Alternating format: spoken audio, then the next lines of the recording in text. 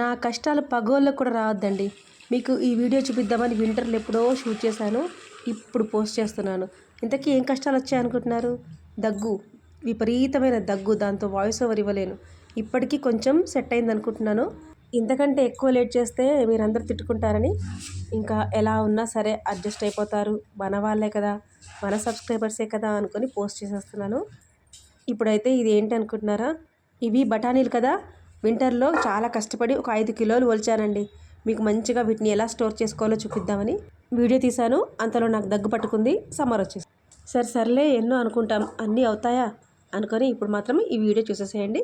అయితే వింటర్లో దొరికే బఠానీలను మనం ఒక 6-7 మంత్స్ వరకు మంచిగా యూస్ చేసుకోవాలనుకుంటే ఎలా స్టోర్ చేసుకోవాలి అనేది చూపిస్తున్నాను.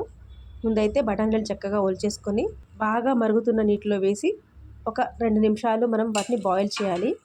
అయితే బాయిల్ చేసేటప్పుడు దాంట్లో కొంచెం ఉప్పు, చక్కెర కూడా వేసుకోవాలి.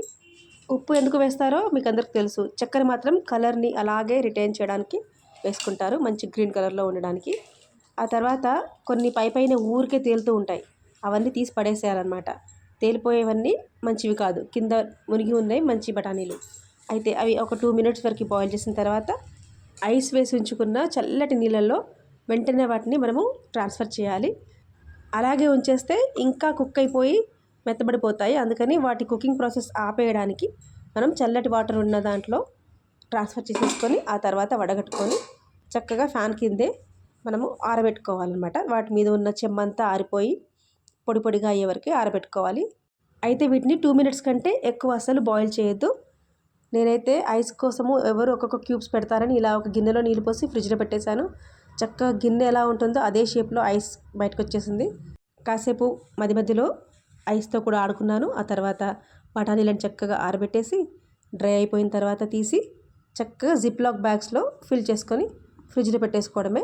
జిప్లాక్ బ్యాగ్లో ఫిల్ చేసుకున్న తర్వాత దాంట్లో ఉన్న ఎయిర్ మొత్తంని ఒక స్ట్రా పెట్టి బయటకు లాగేసేయాలి. చూడండి, ఇలా జిప్లాక్ బ్యాగ్ తీసుకొని దాంట్లో చక్కగా తడంతా ఆరిపోయిన బఠానీలను మంచిగా ఫిల్ చేసుకొని స్ట్రా పెట్టేసి ఎయిర్ మొత్తం బయటకు లాగేశాను. ఇప్పుడు మనం ఫ్రిడ్జ్లో స్టోర్ చేసుకుంటే 6 నెలలు మంచిగా నిల్వ ఉంటాయి. మీకు ఏ రెసిపీ కావాలంటే ఆ రెసిపీ ఎప్పుడు కావాలంటే అప్పుడు హ్యాపీగా చేసేసుకోవచ్చు.